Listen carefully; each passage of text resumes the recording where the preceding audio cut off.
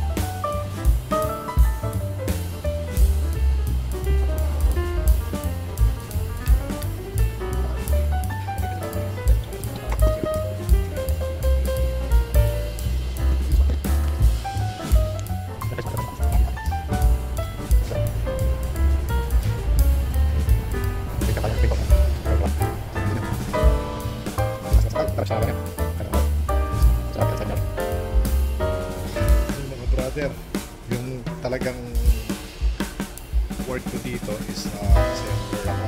Natin apply dito, assembler ng upuan. Yan, mga upuan na yan. Na mesa, yung school. Ang pwesto ko dati is dito. Diyan ako dati. Tapos dun sa kabila dyan, papasok doon, wood shop, doon ako lumipat. Gumagawa ng mga tabletops, kakat, shape. Tapos nagpa-preparator ako minsan, nagpe-painting ako doon sa powder room, minsan doon ako sa metal shop, nag-welding pa minsan-minsan, minsan sa shipping doon sa kabila. Ito lang sa kabila dito. Tapos ngayon hindi busy, December, off season, medyo yung mga umu-order pa konti-konti lang na school. Tapos prepare hanggang siguro babalik to mga spring pa, kaya wala kaming ginagawa. Pinapintura ng boss ko to ito. Yan, kasi kahoy siya. Yan.